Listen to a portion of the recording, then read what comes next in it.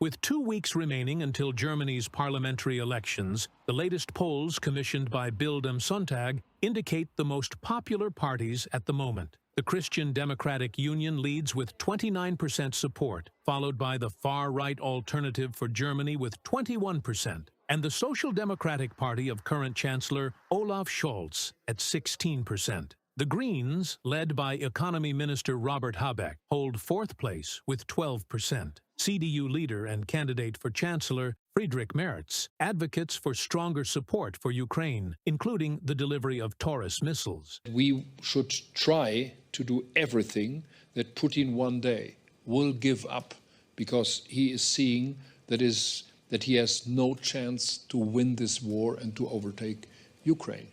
However, Merz has recently faced a wave of criticism. The reason was the Christian Democratic Union's bill on tightening migration policies, which most parties in the Bundestag refused to support. The only exception was the far-right Alternative for Germany, effectively making them a temporary ally of the CDU. AfD is known for its ultra-right, Eurosceptic, and pro-Russian rhetoric. The vote marked a turning point as it broke a long-standing consensus among German parties, not to cooperate with the far-right. This decision led to mass protests across Germany, with demonstrators demanding that the country's most popular party refuse any collaboration with right-wing radicals. What is happening in the Bundestag right now is unacceptable. It's extremely important to make a strong statement and show that we stand against this. We've experienced this before in 1933. I believe we must now send a clear signal that centrism is essential and that we cannot give the far right too much space.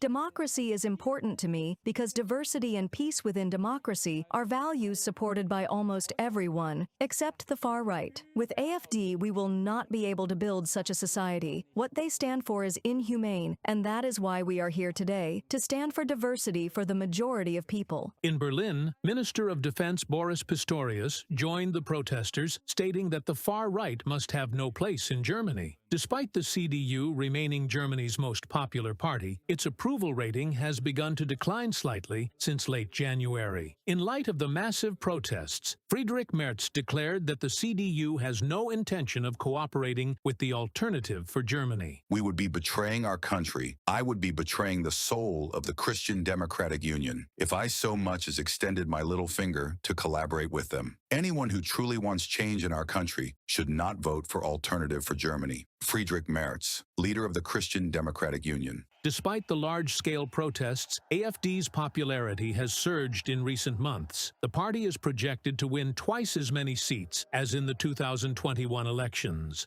However, analysts believe that the Bundestag will not form a coalition with the far right. Centrist parties are expected to maintain a unified strategy of excluding AfD from governance. The most likely coalition, experts suggest, would be between the CDU and either the Social Democrats or the Greens, reported by Andriy Dimitrenko, UATV News. On January 25th, around 100,000 people gathered at the Brandenburg Gate to protest. The demonstrators chanted, "We are the firewall against Alternative for Germany." Protesters carried posters stating, "Alternative for Germany, unavoidably stupid." German citizens voiced their opposition to the rising influence of the right-wing movements across Europe. The protest was peaceful, according to Agence France-Presse, citing the police spokesperson.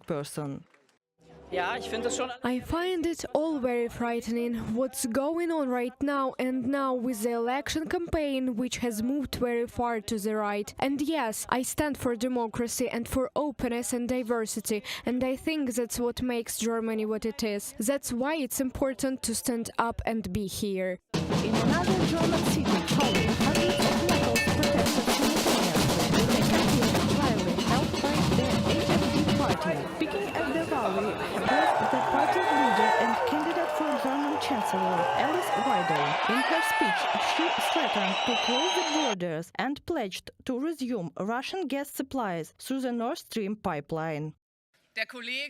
We will end the energy transition and abandon European climate policy. We are calling for longer operating times for coal-fired power plants, and we will reopen Nord Stream. And I can tell you, if we are at the helm, we will tear down all wind power plants. The rally also featured video messages from Austrian far-right politician Herbert Kickl and American billionaire Elon Musk. He referred to Alice Weidel as the leading candidate for Germany. However, according to preliminary polls, while her party, Alternative for Germany, is in second place in the rankings, it has virtually no chance of forming a government due to other parties' refusal to cooperate. The mass protests against the far right in Germany show that any party considering a coalition with the far right would lose its supporters. This makes it clear that the far right will not be able to form a government.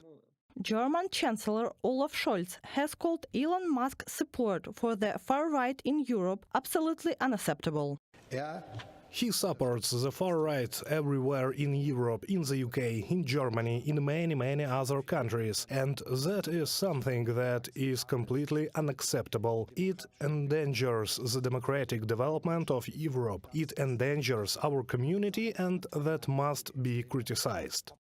After the Bundestag passed a no-confidence vote against Chancellor Olaf Scholz by a majority, the country scheduled snap parliamentary elections for February 23rd. According to the latest poll by the German institute INSA, the far-right trails behind the center-right CDU-CSU bloc, led by Friedrich Merz, who is projected to become the next Chancellor of Germany. Reported by Katerina Bastun, KD, UATV News.